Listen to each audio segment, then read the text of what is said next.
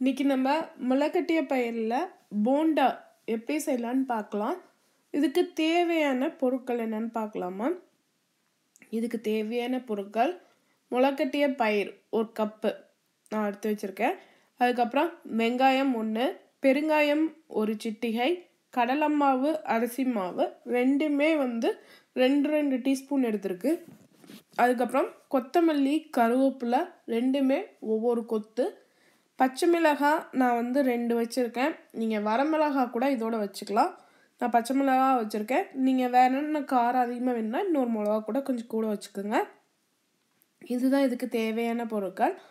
இப்போ நம்ம என்ன பண்ண போகிறோன்னா, இந்த முளைக்கட்டிய பயிரை மிக்சியில் போட்டுக்கலாம். மிக்சியில் ஃபஸ்ட்டு பச்சை மிளகாய், முளைக்கட்டிய பயிர், உப்பு, பெருங்காயம் போட்டு நல்லா கொஞ்சம் தண்ணி விட்டு நல்லா அரைச்சிக்கலாம். கொஞ்சம் நைஸாக அரைச்சிக்கலாம்.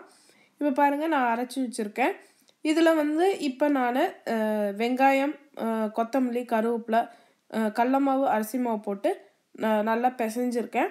இப்போ நல்லா பிசைஞ்சதுக்கப்புறம் நம்ம எண்ணெயை காய வச்சு அதில் நம்ம கிள்ளி போடுறது. இப்போ பாருங்கள், அழகாக வந்திருக்கு நல்லா.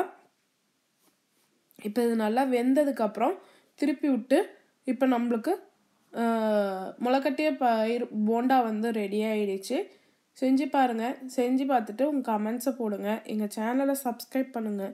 உங்களுக்கு பிடிச்சிருந்ததுன்னா உங்கள் ஃப்ரெண்ட்ஸ்க்கு ஷேர் பண்ணுங்கள். வீடியோ பார்த்ததுக்கு நன்றி.